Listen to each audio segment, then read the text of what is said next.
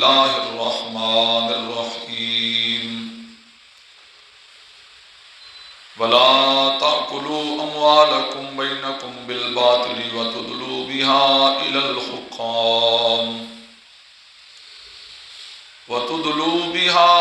إلى الحكام لتأكلوا فريقا من أموال الناس بالإثم وأنتم تعلمون آمنت بالله صدق الله مولانا العظيم وصدق رسوله النبي الكريم الأمين إن الله وملائكته يصلون على النبي يا أيها الذين آمنوا صلوا عليه وسلموا تسلیما۔ سارے حضرات بلند آواز سے درود و سلام پڑھیے، بلند آواز سے پڑھیں۔ الصلاۃ والسلام علیک یا سیدی یا رسول اللہ وعلی آلک وصحابک یا سیدی یا حبیب اللہ۔ الصلاۃ والسلام علیک یا سیدی یا جد الحسن والحسین وعلی آلک وصحابک یا امام الانبیاء والمرسلین۔ بندہ پروردگارم امت احمد نبی، دوست دار چار یارم تابع اولاد علی، مذہب حنفیہ دارم ملت حضرت خلیل، خاک پائے غوث اعظم زیر سایہ ہر ولی، صدیق عکس حسن کمال محمد است، فاروق ذل جاہ و جلال محمد است، عثمان شمع ضیاء جمال محمد است، حیدر بہار باغ خصال محمد است، اسلام ما محبت خلفائے راشدین، ایمان ما محبت آل محمد است۔ لائق ست عظیم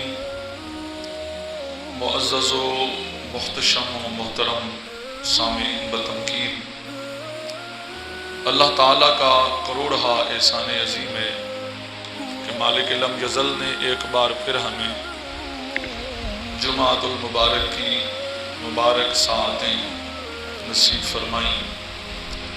وحدہ لا شریک ہماری حاضری اپنی بارگاہ صمدیت میں قبول فرمائے، احکم الحاکمین ہمیں حضور کے سچے غلاموں میں شمار فرمائے۔ اس جمعۃ المبارک کو رب ذوالجلال ہم سب کے لیے ذریعہ نجات اور وسیلہ شفاعت بنائے۔ قرآن مجید فرقان حمید میں اللہ تبارک و تعالی نے جہاں توحید اور رسالت کا ذکر مبارک فرمایا، شعائر اللہ کا بیان فرمایا، وہیں پر احکامات اسلامی زندگی گزارنے کے قوانین، حلال اور حرام میں فرق، حق اور باطل کی تمیز، جھوٹ اور سچ میں امتیاز، یہ ساری چیزیں رب ذوالجلال نے قرآن مجید میں بیان فرمائیں۔ جہاں پر عبادات کا تعلق ہے وہ تو ہر مسلمان پہ لازم ہے، نماز ہے، روزہ، حج، زکوٰۃ، جہاد، جو احکامات اسلامیہ ہیں وہ ہر مسلمان پہ فرض و لازم ہے۔ جن کو درجہ فرائض حاصل ہے اور بعض کو واجبات کا درجہ حاصل ہے، بعض استحبابی امور بھی ہیں، ان کا تعلق حقوق اللہ کے ساتھ ہے۔ نماز بندے اور خدا کا معاملہ ہے، جہاد، زکوٰۃ، یہ ساری چیزیں ان کا تعلق حقوق اللہ کے ساتھ ہے۔ حقوق العباد جو ہے، جس کا بندے کے ساتھ بندے کا تعلق ہے، ایک دوسرے کے ساتھ جو ربط ہے، اس پر بھی اسلام نے بڑی ہی فراخی کے ساتھ اور بڑا ہی زور دیا ہے کہ بندے کو لین دین کے معاملات کیسے نبھانے چاہیے۔ کوئی بھی شخص داڑھی رکھ کر، پگڑی باندھ کر، پکا نمازی بن کر وہ کامل مسلمان نہیں ہو سکتا جب تک کہ وہ پورے احکامات اسلامیہ کے سامنے اپنی گردن نہ رکھ دے، جب تک کہ حکم ربی کے سامنے اپنا سر نہ جھکا دے، اس وقت تک وہ کامل مومن نہیں ہو سکتا۔ اقبال نے کہا تھا، زبان سے کہہ بھی دیا لا الہ تو کیا حاصل، دل و نگاہ مسلمان نہیں تو کچھ بھی نہیں۔ اب نگاہ کا بھی مسلمان ہونا ضروری ہے اور دل کا بھی مسلم ہونا ضروری ہے۔ اللہ اور اس کے رسول کے سامنے نگاہ کو بھی جھکا لو اور اپنے دل کو بھی جھکا لو۔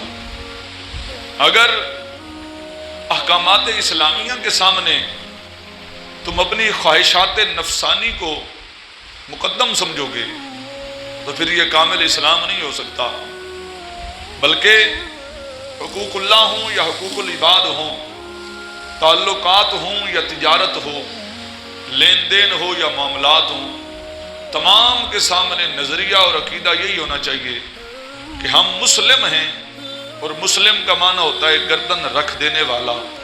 ہم نے ہر معاملے میں اللہ کی بارگاہ میں گردن رکھ دی ہے، جیسے رب ذوالجلال کا حکم خاص ہوگا اسی پر ہم عمل پیرا ہوتے چلے جائیں گے، اور اس دنیا اور مافیہ کو ساتھ لے کر ہم جو بھی کام کریں گے اللہ اور اس کے رسول کی رضا کے لیے کریں گے۔ اب یہاں پر یہ بات بھی سمجھ لینا ضروری ہے کہ اس دور جدید میں بالخصوص جہاں بڑا ہی آئے دن کوئی نہ کوئی ترقی یافتہ کارنامہ قوم کے سامنے پیش کیا جاتا ہے اور ترقی کا جھانسا دے کر، مختلف نام دے کر اسلامی حکموں سے ان کو دور کیا جاتا ہے، وہاں یہ یاد رکھیں وہ کسی بزرگ نے کہا تھا، مکان نیا ہو جائے،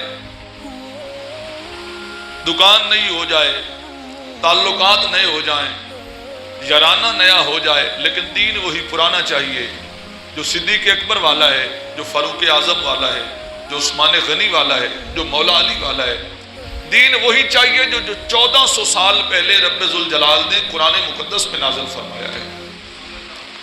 اور اس کے اندر یہ بات سمجھ لیں بالکل واضح طور پہ، قرآن مجید نے قوانین جو بیان کیے ہیں وہ کسی علاقے کے لیے خاص نہیں ہے، کسی زمانے کے لیے خاص نہیں ہے۔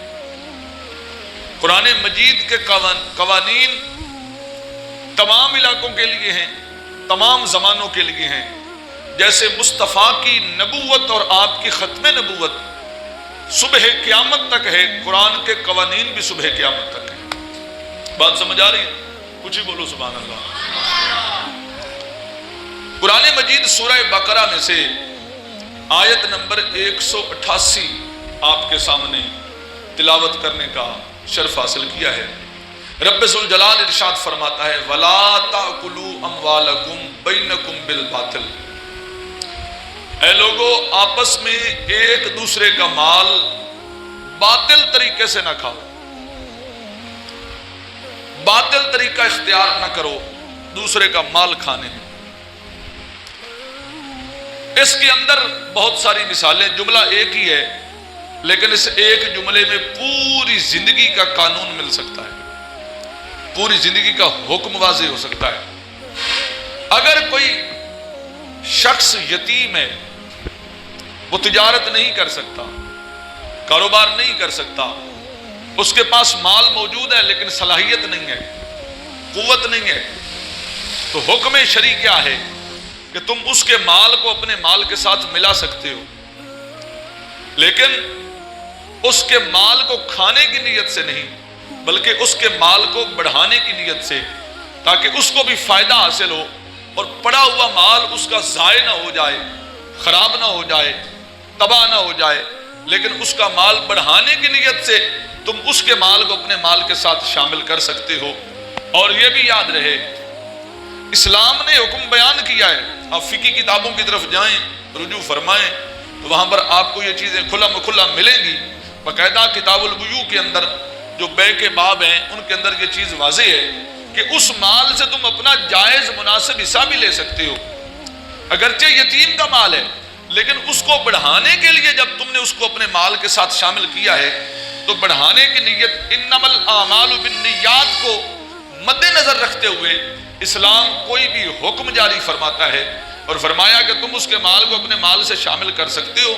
ایسے ہی کسی ایسے شخص کا مال ہے جو خود تو صلاحیت نہیں رکھتا اور تمہیں اللہ نے صلاحیت عطا کی ہے، بیوہ کا مال ہے، یتیم کا مال ہے، کسی مسکین کا مال ہے، تو اس کو شامل کیا جا سکتا ہے، لیکن نیت صرف ایک ہونی چاہیے، اور وہ نیت کیا ہے کہ اس کو ختم نہیں کرنا بلکہ اس کو بڑھانا ہے اور اس کو فائدہ دینا ہے۔ اسرائیلیات کے اندر ایک واقعہ ملتا ہے، ایک شخص تھا، اس نے کسی شخص کو مزدوری پہ رکھا، شام کو جاتے ہوئے جب اس نے مزدوری دینا چاہی تو جو طے ہوئی تھی مزدوری اتنی اس کو نہ ملی، لینے والا ناراض ہو کر چلا گیا۔ ایک عرصے کے بعد وہ بندہ اس سے ملا جس نے اس کو مزدوری پہ رکھا تھا، اس نے کہا یار میں آج بڑے پریشان ہوں، چلو اس دن جو میری مزدوری رہتی تھی جو دینا چاہتا ہے دے دے، میں وہی قبول کرتا ہوں جو اس دن دینا چاہتا تھا، آج مجھے بڑی شدت سے ضرورت ہے۔ وہ بندہ اس کا بازو پکڑتا ہوا لے جاتا ہے اور ایک بکریوں کا ریوڑ اس کے سامنے کر دیتا ہے اور کہتا ہے جناب یہ بکریاں بھی تیری ہیں، ان کے جو بچے ہیں وہ بھی تیرے ہیں۔ وہ کہتا مجھے سمجھ نہیں آئی، اس دن میرے ساتھ تو اس بات پہ جھگڑ پڑا تھا کہ جو طے ہوا تھا اس سے بھی کم دے رہا تھا اور آج بکریاں بھی دے رہا ہے، بکریوں کے بچے بھی دے رہا ہے۔ اس نے کہا جو تو چھوڑ کر گیا تھا اس سے میں نے ایک بکری خریدی تھی، اس کی آگے نسل بڑھی ہے، آج ایک عرصہ دراز گزرنے کے بعد وہ پورا ایک ریوڑ بن گیا ہے، جو مر گئی ہیں وہ مر گئی ہیں اور جو بچی ہیں وہ یہ ساری تیری ہیں، کیونکہ اس میں اصل تیری تھی، منافع بھی تیرا ہے۔ اسرائیلیات کے اندر یہ روایت موجود ہے اور اس کو غالباً تفسیر جلالین کے اندر بھی امام جلال الدین محلی رحمۃ اللہ علیہ نے اس کو غالباً نقل فرمایا ہے۔ تو کہنے کا مقصد کیا ہے کہ اگر بندہ نیک نیت ہو، بندے کا ارادہ ٹھیک ہو اور ارادے میں کوئی فطور نہ ہو، کسی قسم کی کوئی خباثت نہ ہو، تو پھر ایک دن کی مزدوری سے بھی بکریوں کا ریوڑ بن جاتا ہے اور بڑھتا چلا جاتا ہے۔ تو اسلام کہتا ہے لا تاکلوا اموالکم بینکم بالباطل، کہ ایک دوسرے کا مال باطل طریقے سے نہ کھاؤ، حق کے ساتھ تم کھا سکتے ہو۔ اگر یتیم کا مال، مسکین غریب کا مال، کسی بیوہ کا مال، کسی بے آسرا کا مال تمہارے ہتھے چڑھ گیا ہے تو اس کو اپنے مال میں تم نے شامل کر لیا ہے، تو بڑھانے کی نیت کے ساتھ اس کو بڑھاتے چلے جاؤ، اس کو بھی فائدہ حاصل ہو جائے، تمہیں بھی فائدہ حاصل ہو جائے، تم اس سے اپنا حصہ رکھ لو جو جائز مناسب بنتا ہے۔ لیکن اسلام کہتا ہے تم اس کا مال کھا نہیں سکتے ہو، کیونکہ دنیا کے اندر جو بھی کسی کا ناحق مال کھاتا ہے، حدیث اور آیات بینات کے مفاہیم یہی بتاتے ہیں کہ وہ اپنی پیٹ میں دوزخ کے انگارے بھرتا ہے، آج تک نہ دنیا کوئی لے جا سکا ہے نہ لے جا سکے گا۔ مٹے نامیوں کے نشان کیسے کیسے، زمین کھا گئی، آسمان کیسے کیسے، سب کچھ یہی رہ جاتا ہے، اور اگر باقی رہتی ہے اللہ اور اس کے رسول کی محبت باقی رہتی ہے اور نجات دہندہ ہوتی ہے تو سرکار کی اتباع نجات دہندہ ہوتی ہے۔ بات سمجھ آ رہی؟ رسول گرامی صلی اللہ علیہ وسلم کی ذات مقدسہ بڑی ہی عظیم ذات ہے۔ اللہ تعالیٰ نے آپ کو جہاں دیگر اوصاف اور آپ کو صفتیں عطا فرمائی ہیں، ان میں سے ایک صفت یہ بھی ہے وَيُعَلِّمُهُمُ الْكِتَابَ وَالْحِكْمَةَ، آپ معلم کتاب و حکمت ہیں، یعنی قرآن بھی پڑھاتے ہیں اور حکمت و دانائی کے ساتھ امت کو حکمت و دانائی بھی عطا فرماتے ہیں۔ اور جو حکیم ہوتا ہے یعنی دانا ہوتا ہے، اللہ تعالیٰ نے اس کو صلاحیتیں عطا کی ہوتی ہیں، اس کے سمجھانے کا انداز اپنا ہوتا ہے۔ نبی پاک صلی اللہ علیہ وسلم نے کئی طریقوں سے سمجھایا اپنی امت کو۔ کئی حضور علیہ السلام نے فرمایا جو بندہ یہ کام کرے گا وہ جنت جائے گا، جو بندہ یہ کام کرے گا اس کے لیے اللہ تعالیٰ رزق کے دروازے کھول دے گا، جو بندہ یہ کام کرے گا اس کی عزت کبھی کم نہیں ہوگی. جو حضور علیہ السلام نے مختلف کام بتائے ہیں اور مختلف ان کے اجر بتائے ہیں، لیکن کبھی کبھی حضور علیہ السلام نے ایک میٹھی سی دھمکی بھی لگائی ہے.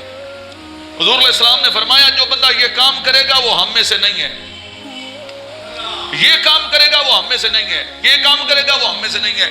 آج میں کو 3-4 حدیث اس موضوع پر لیسا منا، وہ بندہ ہم میں سے نہیں ہے، یہ لیسا منا کے بھی کچھ ترجمے علماء نے کیے ہیں. ایک ترجمہ یہ ہے کہ وہ ہم میں سے نہیں، سیدھا سیدھا ترجمہ ہے، اور دوسرا ترجمہ یہ ہے کہ وہ ہمارے طریقے پر نہیں، تیسرا ترجمہ یہ ہے کہ وہ اہل جنت کے رستے پر نہیں جو یہ کام کرے گا. اب اس پر اور بھی تراجم ہیں، لیکن وقت کے پیش نظر میں چند باتیں پیش کرتا ہوں. ایک لفظ ہوتا ہے تعصب. تعصب کیا ہے؟ تعصب یہ ہے کہ ایک شخص حق پر ہے اور ایک ناحق ہے، اور تم اس بات کو جانتے ہو کہ یہ بندہ ناحق ہے، لیکن تم ناحق کا ساتھ دے رہے ہو، یہ تعصب ہے. جانتے ہو کہ یہ بندہ حق پر نہیں ہے، یہ ظالم ہے، یہ دوسرے کا حق چھینے ہوئے ہے، لیکن اس کے باوجود تم اس بندے کا ساتھ دے رہے ہو، تو یہ تعصب ہے. مصطفیٰ کریم صلی اللہ علیہ وسلم نے فرمایا لیسا منا من دعا الی عصبیت ہی. نبی پاک صلی اللہ علیہ وسلم نے ارشاد فرمایا وہ بندہ ہم میں سے نہیں ہے جو تعصب کی دعوت دیتا ہے. وہ گل کو سمجھ آ رہی نہیں؟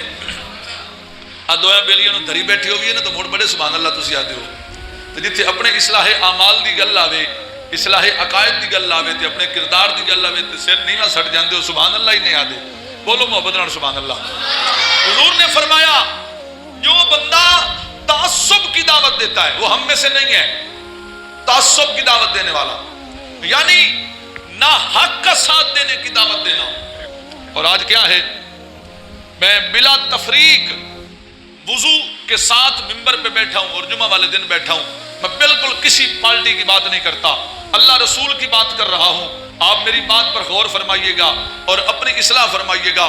آج ہم جس کے نعرے لگاتے ہیں کہ ہمیں پتہ نہیں ہے کہ حق پہ کون ہے، کہ ہم جانتے نہیں ہیں کہ ظالم کون ہے، کہ ہمیں پتہ نہیں ہے کہ چور کون ہے، کہ ہم نہیں جانتے کہ 2 نمبری کس نے کی ہے، کہ ہمیں پتہ نہیں ہے کہ مظلوم پہ ظلم کس نے کیا ہے، کہ ہمیں پتہ نہیں ہے کہ پاکستان کو تباہ کرنے میں کس کس کا ہاتھ ہے، کہ ہمیں پتہ نہیں ہے کہ بطور انسان جو خرافات پیدا ہو رہی ہیں یہ کس کی وجہ سے ہو رہی ہیں، لیکن اس کے باوجود بھی ہم ان کا نعرہ لگا رہے ہیں. حضور نے فرمایا جو تعصب کی دعوت دینے والا ہے وہ ہم میں سے نہیں ہے، اور جو تعصب میں کھڑا ہے وہ رسول اللہ کے ساتھ کیسے ہو سکتا ہے.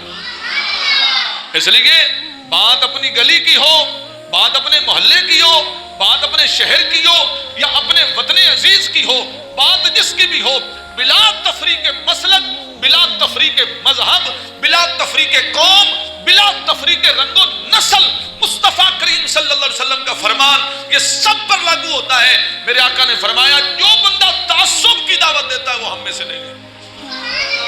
اور آج کیا ہے، میرا محلے دار ہے، محلے دار نال نہیں کھلونا تے کدے نال کھلونا ہے، میرا برا ہے، برا نال نہیں کھلونا تے کدے نال کھلونا ہے. اوے میرا قومی بھائی ہے، اپنے قومی بھائی کے ساتھ کھڑا نہ ہوں تو کس کے ساتھ کھڑا ہوں؟ میرے آقا علیہ السلام نے ارشاد فرمایا 3 دعائیں اللہ رد نہیں کرتا، دعوت المظلوم، دعوت المسافر، دعوت الوالد للولد. جب کوئی مسافر سفر میں ہوتا ہے اس کی دعا رد نہیں ہوتی، جب کوئی باپ اپنے بیٹے کے حق میں دعا کرتا ہے وہ رد نہیں ہوتی، اور جب کوئی مظلوم اللہ کی راہ میں ہاتھ اٹھا دیتا ہے اور 7 آسمان بھی اس کے درمیان پردہ نہیں بنتے ہیں اور اس کی آواز عرش اولا تک پہنچ جاتی ہے. اے ظالم کے ساتھ کبھی نہ کھڑا ہوا کر، مظلوم کے ساتھ کھڑا ہو، اس لیے کہ اگر مظلوم کا ہاتھ اٹھ گیا اور اللہ کی طرف سے قہر نازل ہوا تو پھر دنیا کی کوئی طاقت تجھے بچا نہیں سکے گی. اس وقت بندے کو بچا سکتا ہے تو رب تعالیٰ کا کرم اور اس کی رحمت ہمیشہ بندے کو بچا سکتی ہے. نہ برا کو دیکھیں، نہ رشتہ داری کو دیکھیں، نہ قومیت کو دیکھیں، نہ رنگ و نسل کو دیکھیں، نہ محلے داری کو دیکھیں. محمدی کا حق بنتا ہے کہ وہ صرف حق کو دیکھے، بس اس کے علاوہ دائیں بائیں چلو گے تو گمراہی. میرے آقا علیہ الصلوۃ والسلام کی حدیث کا مفہوم ہے، سرکار نے فرمایا بتاؤ سب سے بدبخت بندہ کون ہے؟ کون ہے سب سے بدبخت بندہ؟ انہوں نے کہا یا رسول اللہ جانے یا اللہ کے رسول جانے. تو میرے آقا علیہ السلام نے فرمایا سب سے بدبخت ترین بندہ وہ ہے جو دوسرے کی دنیا آباد کرنے کے لیے اپنی آخرت تباہ کرتا ہے. دوسرے کی دنیا آباد کرنے کے لیے اپنی آخرت تباہ کرتا ہے. مثال کے طور پر میرے پاس بندے آتے ہیں، میں نے آپ کو شاید پہلے بھی بتایا ہے، وہ فتاوا جات کے اتنے کاپی میرے پاس موجود ہیں جن میں 90% فتوے طلاق کے ہیں، نکاح اور طلاق کے، باقی تو 10% دیگر ہوں گے. حالات جو آج کل ایسے ہی ہیں، مسائل سنتے سیکھتے نہیں ہیں، اور جب وہ الفاظ زبان سے جاری ہو جاتے ہیں اور اس کے بعد پھر دوڑتے ہیں، پھر ہم نے تو وہی حل بتانا ہے جو اللہ رسول نے ہمیں فرمایا ہے. اپنی طرف سے تو ہم کچھ نہیں کہہ سکتے، تو ہمیں کہتے ہو جناب چلو کچھ رعایت بن دی ہے تو کر دیو. ہمارے محلے کا ایک واقعہ ہے، بندہ پکا سنی تھا لیکن وہ فتویٰ لینے وہ مامو کانجن چلا گیا اور دوسروں کے پاس. میرے پاس آیا جناب یہ بھی تے مولوی تے تسا بھی مولوی. میں کہہ دو میں مولوی تینوں ہن سمجھ آئے جس ویلے طلاق دیتی ہے یا اوصل تو کیا ہوں، سنیا ہوں یا وابیا ہوں. جے طلاق دین ویلے سنیا ہوں تے مرے فتویٰ بھی سنیا کو لو، جے طلاق دیون ویلے وابیا ہوں تے فتویٰ بھی وابیوں کو لو. ہمیں اس بات سے کوئی اعتراض نہیں تو کس سے فتویٰ لیتا ہے، پر میں کہتا ہوں طلاق دیتے وقت تیری حیثیت کیا تھی. اس لیے لوگ اپنی من مانی اور من چاہی چیزوں کی طرف چلنا چاہتے ہیں اور اس کو پھر اسلام بنانا چاہتے ہیں. نبی پاک صاحب الاولاق صلی اللہ علیہ وسلم نے فرمایا لیسا منا من دعا الی عصبیۃ. میرے آقا علیہ الصلوۃ والسلام نے ارشاد فرمایا جو بندہ تعصب کی دعوت دیتا ہے وہ بندہ ہم میں سے نہیں ہے. بات سمجھ آ رہی؟ اور یہاں پر یہ بھی آج کل حالات بڑے عجیب ہیں، بعض لوگوں کی عادات بن چکی ہیں، عادات بن چکی ہیں. میاں بیوی کے درمیان لڑائی کروا دی، بھائیوں کے درمیان لڑائی کروا دی، محلے داروں کے درمیان لڑائی کروا دی، دوستو احباب میں لڑائی کروا دی. وہ میں لڑائی تو نہیں کروائی، میں نے گل ہی کیتی ہے، میں نے تو ایک بات کی ہے. اس پر بھی رسول اللہ صلی اللہ علیہ وسلم کی حدیث سنو. میرے آقا علیہ الصلوۃ والسلام کا یہاں واضح فرمان ہے. اور یہاں پر ایک بات یاد رکھنا، حضرت سیدنا صدیق اکبر جیسی ہستی، حضرت عمر بن خطاب جیسی ہستی زبان کو پکڑ کر کہتے تھے کہ قیامت والے دن سب سے بڑا حساب اس زبان کی وجہ سے ہوگا. آج بندہ بولتا ہے بولتا ہی چلا جاتا ہے، کوئی پوچھنے والا ہی نہیں. لوگ بھی کہہ دیتے ہیں میاں ہاتھ سے بندہ ٹھل سکتا ہے، زبان کون ٹھلے؟ اور نہیں، ہمارے بزرگوں نے جہاں کھانے پینے سے روزہ رکھا ہے وہاں زبان کا روزہ بھی رکھا ہے. تو نعت مصطفیٰ نہیں پڑھ سکتا، تیری زبان پہ کلمہ جاری نہیں ہو سکتا، درود پاک کا ورد نہیں کر سکتا، نیکی کی دعوت نہیں دے سکتا، حلال کی بات نہیں کر سکتا، خباثت تو نہ کر. میرے آقا علیہ السلام نے فرمایا جو بندہ مجھے دو چیزوں کی ضمانت دے میں محمد اسے جنت کی ضمانت دیتا ہوں. بعض لوگوں کی عادت ہے وہ ریٹائر ہو گئے ہیں، ریٹائر سے مراد یہ نہیں کہ وہ ملازمت سے ریٹائر ہو گئے ہیں، پر ایکسپائری زندگی میں وہ قدم رکھ چکے ہیں اپنے آپ میں، جبکہ بندہ ایکسپائر ہوتا ہی نہیں. محمد عربی کا غلام وہ ایکسپائر کیسے ہو، وہ ریٹائر کیسے ہو؟ بوڑھا ہو جائے کوئی کام نہیں، وہ دین کا کام کرے، قرآن مجید اپنے بچوں کو پڑھائے، خود بیٹھ کر پڑھائے، خود بیٹھ کر پڑھے، دین سیکھے. اگر مرتے وقت بھی کوئی بندہ دین پڑھے رب تعالیٰ قیامت والے دن دین کے طالب علموں سے اس کو اٹھائے گا. میرے آقا علیہ السلام نے فرمایا جو بندہ مجھے دو چیزوں کی ضمانت دے میں محمد اسے جنت کی ضمانت دیتا ہوں. یہ بات صرف مدینے والوں کے لیے نہیں، مکے والوں کے لیے نہیں، یہ بات مصطفیٰ کریم صلی اللہ علیہ وسلم نے قیامت تک آنے والے ہر امتی کے لیے ارشاد فرمائی ہے. فرمایا دو چیزوں کی ضمانت دینے والا جنت کی ضمانت مجھ محمد سے حاصل کرے صلی اللہ علیہ وسلم. یا رسول اللہ وہ کون سی ہیں؟ فرمایا ایک جو دو جبڑوں کے درمیان ہے اور ایک جو دو ٹانگوں کے درمیان ہے. دو جبڑوں کے درمیان یعنی زبان، اور جو ٹانگوں کے درمیان ہے وہ شرمگاہ. فرمایا جو شرمگاہ کی ضمانت دے، جو اپنی زبان کی ضمانت دے، قیامت والے دن محمد اس کو جنت میں لے کر جائے گا. لیکن آج ہماری زبان تار تار چلتی ہے، جس سے بھی پوچھو، کسی عام، بلکہ میرے لیے تو سارے خاص ہیں، کسی بندے کے پاس چلے جاؤ وہ وقت کا سب سے بڑا سیاست دان بھی ہے، سب سے بڑا مفتی بھی ہے، سب سے بڑا قاضی بھی ہے، چیف جسٹس بھی ہے، اور جناب وہ سب سے بڑا جرنل بھی ہے، سارے فیصلے اس کے پاس موجود ہیں۔ میں کہتا ہوں اس زبان کے لحاظ سے سب سے پہلے اگر گرفت ہو گئی تو ہم ایک دن کا حساب بھی نہیں دے سکتے ہیں۔ میرے آقا علیہ السلام نے فرمایا جو اپنی زبان کی وجہ سے لوگوں کو لڑاتا ہے، میاں بیوی کے درمیان جو لڑائی کرواتا ہے، یہ مخنث نہیں ہوتے، خسرے، ہجڑے، ٹرانسجینڈر، حضور علیہ السلام نے باقاعدہ طور پر ان کو گھروں میں آنے سے منع فرمایا ہے۔ حضرت عمر پاک اس حدیث کے راوی کیوں؟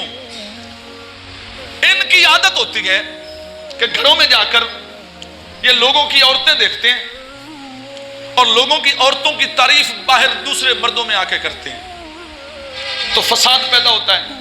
اب جس کا حسن کسی کے سامنے بیان کیا جائے تو اس حسینہ کو دیکھنے کی حاجت تو ہوگی نا، ذہن میں خیال تو یار دیکھو تو صحیح، اتنی تعریف جو کر رہا ہے، تو حضور علیہ السلام نے ہر وہ دروازہ ہی بند کر دیا ہے جس سے شر آنے کا خدشہ ہو۔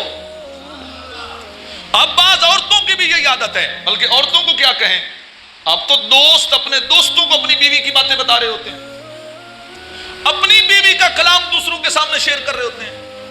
ماں بین زوجین، قرآن کہتا ہے ہن لباس لکم وانتم لباس لہن، اور بیوی تمہارا لباس ہے، تم بیوی کا لباس ہو۔ تم کیسا لباس ہو؟ لباس تو جسم کو ڈھانپتا ہے اور تم ننگا کر رہے ہو لوگوں کے سامنے۔ بولو یار، یہاں پر استغفر اللہ کہنا چاہیے، انا للہ کہنا چاہیے کہ ہماری کیفیت آج نوجوانوں کی کیا ہو چکی ہے۔ ایسا دوست ہے ہی نہیں، کوئی دوست ایسا نہیں ہے جس کے سامنے اپنی بیوی کی بات کی جائے، اور غیرت مند بندہ دوسرے کی بیوی کی بات سنتا ہی نہیں ہے۔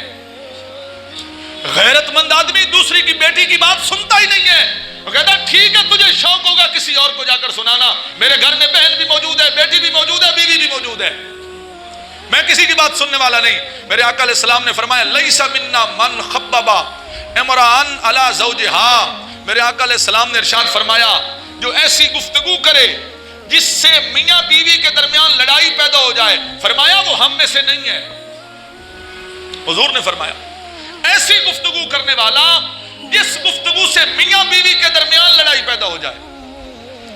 اور رسول گرامی صلی اللہ علیہ وسلم نے غلاموں ایک حدیث اور سماعت فرمائے، میرے آقا علیہ السلام نے ارشاد فرمایا من دعا ما لیس لہ فلیس منا فلیتبوا مقعدہ من النار۔ میرے آقا علیہ السلام نے فرمایا جو بندہ، قرآن مجید کی آیت کون سی پڑھی تھی؟ سورہ بقرہ آیت نمبر 188، اللہ فرماتا ہے لا تاکلوا اموالکم بینکم بالباطل، اپنا کسی کا مال آپس میں ناحق طریقے سے نہ کھاؤ، دو نمبری سے کسی کا مال نہ کھاؤ۔ سرکار نے فرمایا جو بندہ ایسی چیز کا دعویٰ کرے جو اس کی نہیں ہے، ایسی چیز کا دعویٰ کرے، من دعا ما لیس لہ فلیس منا، جو بندہ ایسی چیز کا دعویٰ کرے جو اس کی نہیں، تے حضور پہ فرماندے وہ بندہ ساڈے چو نہیں۔ کلمہ پڑھا، داڑھی رکھی، نمازیں پڑھی، روزے رکھے، حج زکات، متھے تے محراب، ساری زندگی عبادت گزار، زاہد، جہد کرنے والا، تے قیامت اللہ دے سائیاں جا فرمایا کہ ساڈے چو نہیں، کیا بنے گا؟ قیامت والے دن حضور نے فرمایا یہ ہم میں سے نہیں تو کیا بنے گا؟ دنیا ہے کتنی؟ اوپر سرکار نے فرما دیا فلیس منا، یہ ہم میں سے نہیں۔ ترجمہ الگ الگ ہوگا، ہمارے طریقے پر نہیں، آل جنت کے طریقے پر نہیں، یہ تو علماء نے تراجم کیے ہیں، سیدھا ترجمہ بنتا ہے وہ ہم میں سے نہیں ہے۔ اور آگے سنو، اللہ فرما رہا ہے وَتُدْلُوا بِهَا إِلَى الْحُكَّامِ لِتَأْكُلُوا فَرِيقًا مِّنْ أَمْوَالِ النَّاسِ بِالْإِثْمِ، اور ان کا مقدمہ حاکموں کے پاس نہ پہنچاؤ تاکہ گناہ کے ذریعے لوگوں کا مال کھاؤ۔ بعض لوگوں کی عادت بن چکی ہے، بعض لوگ ایسا وتیرہ رکھتے ہیں کہ چار دوست بن گئے ہیں، تعلقات بن گئے ہیں، یارانہ بن گیا ہے، اب آنے والا اے سی ڈی سی وہ ہمیں سلام کرتا ہے، ایس ایچ او پہلا لنگر ہمارے دروازے پہ آ کے کھاتا ہے، تو اب کیا ہے؟ غریب کی جگہ پڑی ہے، درخواست دے دی میری ہے، گواہ بھی اپنے، فیصلہ کرنے والے بھی اپنے، اللہ فرماتا ہے نہ کھاؤ. اچھا آج کل ہوتا کیا ہے؟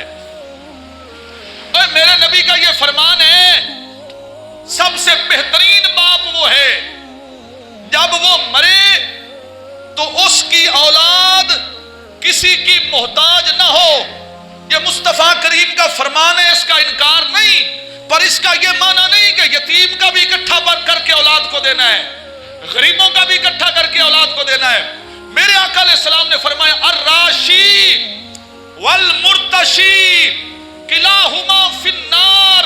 رشوت دینے والا بھی دوزخی ہے، رشوت لینے والا بھی دوزخی ہے.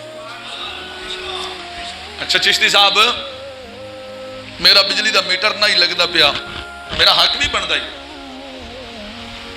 میں نے ضرورت آئی پاکستانی شہری ہونے کی وجہ سے میرا حق بنتا تھا کہ میں میٹر لگواؤں، لیکن اس کے باوجود مجھے 5000 روپے دینا پڑا ہے.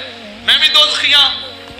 اس پر علماء نے لکھا ہے کسی کا حق مارنے کے لیے رشوت دینا، بولو بولو بولو بولو، کسی کا حق مارنے کے لیے رشوت دینا اور ہے، اور اپنا حق لینے کے لیے رشوت دینا اور ہے. سب سے پہلے اسے دعوت دو کہ جناب تو اپنی تنخواہ لے رہا ہے، تجھے اسلامی سلطنت اسلامی اسٹیٹ تیری پوری اجرت تجھے پیش کرتی ہے، یہ رشوت لینا تیرا حق نہیں، لیکن اس کے باوجود تجھے وہ چیز نہ ملے تو تو دے، لیکن تو گناہگار نہیں ہوگا. کبھی کبھی سور کی ہڈی ڈالنی پڑتی ہے، سور کی ہڈی ہے وہ رشوت جو کسی مسلمان کو نہ حق ذلیل کرنے کے بعد اس سے وصول کی جائے. وحدہ لا شریک کی قسم، جب کائنات میں وہ شخص زمین کے نیچے اتر گئے جن کے خزانوں کی چابیاں 70 اونٹوں پر لادی جاتی تھی، ہم کتنی کمائی کر لیں گے، کتنا اکٹھا کر لیں گے، اور دنیا اس وقت تک رہتی ہے جب تک سانسیں رہتی ہیں، بعد میں استعمال لوگ کریں گے. ذلت و رسوائی، خواری اور سزا اکٹھا کرنے والے کو ملے گی. کیوں نہ ہم چند سالہ زندگی کے لیے اللہ اور اس کے رسول کو ناراض نہ کریں، اور ایک وقت کی کھا لیں پر خدا بھی راضی ہو، مصطفیٰ بھی راضی ہو. لیکن آج ٹائم ہو گیا جی، کتنا ٹائم ہو گیا؟ اچھا میں صرف یہی کہنا چاہوں گا، ایسے ایسے ہوٹل بھی ہیں جہاں سے 10-10 ہزار روپے کا کھانا ایک وقت کا ہوتا ہے، ایک بندے کا. 5-10 دوست جاتے ہیں، جب اٹھتے ہیں تو 50,000 بل بنا ہوتا ہے. اور ایسے بھی ہیں 40-50 روپے میں، پیچھے چلے جائیں تو 10 روپے میں ناشتہ ہو جاتا تھا. لاکھوں روپے قیمتی کھانا بھی کھاؤ تو گلے سے نیچے اترنے کے بعد قیمتی اور سستا دونوں برابر ہو جاتے ہیں. میدے میں چلے جائیں، میدے سے واپس جس طرف بھی آئیں، منہ کی طرف سے نکلیں یا دبر سے نکلیں یا ذکر سے نکلیں، جہاں بھی کوئی چیز نکلے وہ پلید ہی ہے. الٹی آ جائے تب بھی ناپاک، پخانا پیشاب ہو تب بھی ناپاک. میں کہ جناب جی چس گلے تک کے او گلے تائیں چس نو اللہ رسول دی ناراضگی دا سبب کیوں بنائیے؟ بلکہ یہاں پر میں ایک شعر کہہ دوں، زمانہ چھوٹ جائے کچھ، زمانہ چھوٹ جائے روٹھ جائے کچھ نہیں پرواہ، نہ چھوٹے ہاتھ سے دامن تمہارا یا رسول اللہ، نہ چھوٹے ہاتھ سے دامن تمہارا یا رسول اللہ. اگر کوئی تمنا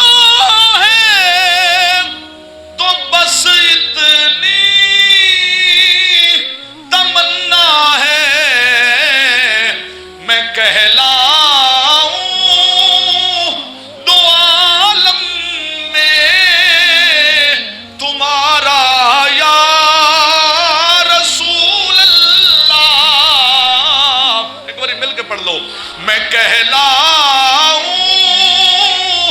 دو عالم میں تمہارا یا رسول اللہ، میں کہلاؤں دو عالم میں تمہارا یا رسول اللہ۔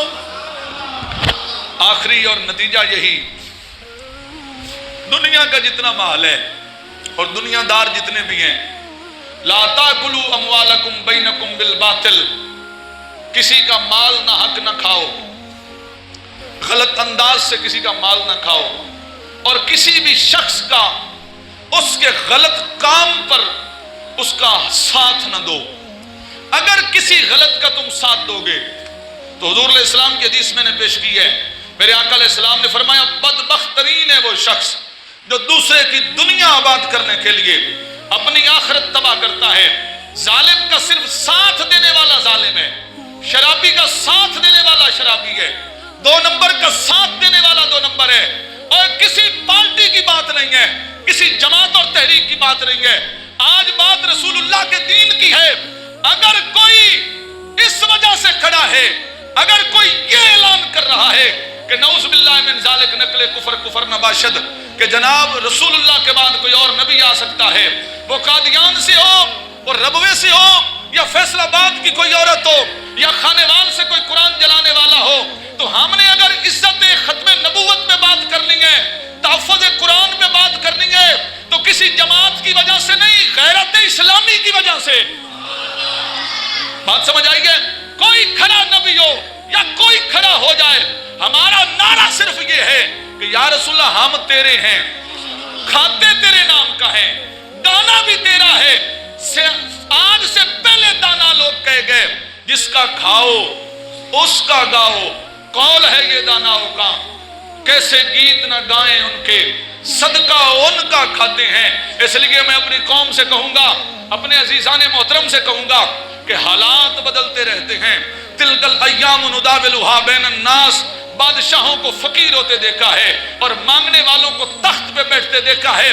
زمانے کی تاریخ آج بھی گواہ ہے، ایک چیز جو ہاتھ سے نہیں چھوٹنی چاہیے وہ اسلام کا دامن ہے اور محمد مصطفیٰ کی غلامی ہے۔ اللہ تعالیٰ میری گزارشات اپنی بارگاہ میں قبول فرمائے۔ وآخر دعوانا الحمدللہ رب العالمین۔